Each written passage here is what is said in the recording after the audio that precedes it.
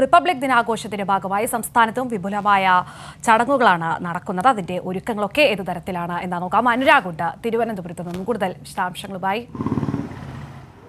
Anurag, good morning. Good morning Keerthi. Anurag, republic ദിനത്തോടനുബന്ധിച്ച് തലസ്ഥാനത്തെ ഒരുക്കങ്ങളൊക്കെ എങ്ങനെയൊക്കെയാണ് അതിന്റെ ക്രമീകരണം?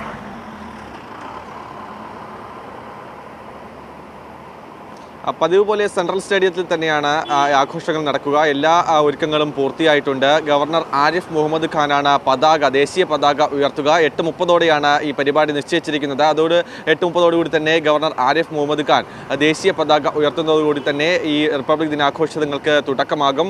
മുഖ്യമന്ത്രി പിണറായി വിജയൻ അടക്കമുള്ള മന്ത്രിമാരും ഇതിൽ പങ്കെടുക്കും എന്നുള്ളതാണ്. തുടർന്ന് വിവിധ സേനാ വിഭാഗങ്ങളുടെയും ആശാരുടെ സേന, NCC, scout and guides, student police കേഡറ്റുകൾ തുടങ്ങിയ വിഭാഗങ്ങളുടെയും അഭിവാദ്യം ഗവർണർ സ്വീകരിക്കും. സ്റ്റുഡൻറ് പോലീസ് കേഡറ്റുകൾ അടക്കമുള്ളവരുടെ അഭിവാദ്യം സ്വീകരിക്കുകയും ചെയ്യും.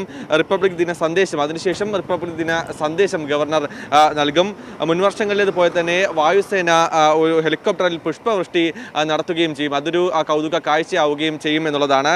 പരേഡിന് ശേഷം തിരുവനന്തപുരത്തെ വിവിധ സ്കൂളുകളിലെ വിദ്യാർത്ഥികൾ ദേശഭക്തി ഗാനം ആലപിക്കുകയും ചെയ്യും. ആ രീതിയിലാണ് പരിപാടികൾ നിശ്ചയിച്ചിട്ടുള്ളത്. നേരത്തെ ഈ സുരക്ഷാ ക്രമീകരണങ്ങളൊക്കെ തന്നെയും കൃത്യമായി തന്നെ റെഡിയാക്കിയിട്ടുണ്ടായിരുന്നു. കാരണം റിപ്പബ്ലിക് ദിനമാണ്. അതുകൊണ്ട് തന്നെ കഴിഞ്ഞ ദിവസങ്ങളിൽ റെയിൽവേ സ്റ്റേഷനുകളിലും ബസ് സ്റ്റാൻഡുകളിലൊക്കെ തന്നെയും പരിശോധന നടത്തിയിട്ടുണ്ടായിരുന്നു. കെനൈൻ സ്ക്വാഡും അതുപോലെ ബോംബ് സ്ക്വാഡൊക്കെയും പരിശോധന നടത്തിയിട്ടുണ്ടായിരുന്നു. ആ രീതിയിൽ മികച്ച രീതിയിലുള്ള ക്രമീകരണം തന്നെയാണ് ആഘോഷങ്ങളുടെ ഭാഗമായി തിരുവനന്തപുരത്ത് ഒരുക്കിയിരിക്കുന്നത്. ഇപ്പോൾ സെൻട്രൽ സ്റ്റേഡിയം പരിസരത്ത് ആകെ പോലീസ് ആ രീതിയിൽ സുരക്ഷ ഒരുക്കിയിട്ടുമുണ്ട്. എന്തായാലും 8:30 തന്നെ സംസ്ഥാനത്തെ റിപ്പബ്ലിക് ദിനാഘോഷങ്ങൾക്ക് തുടക്കമാവും.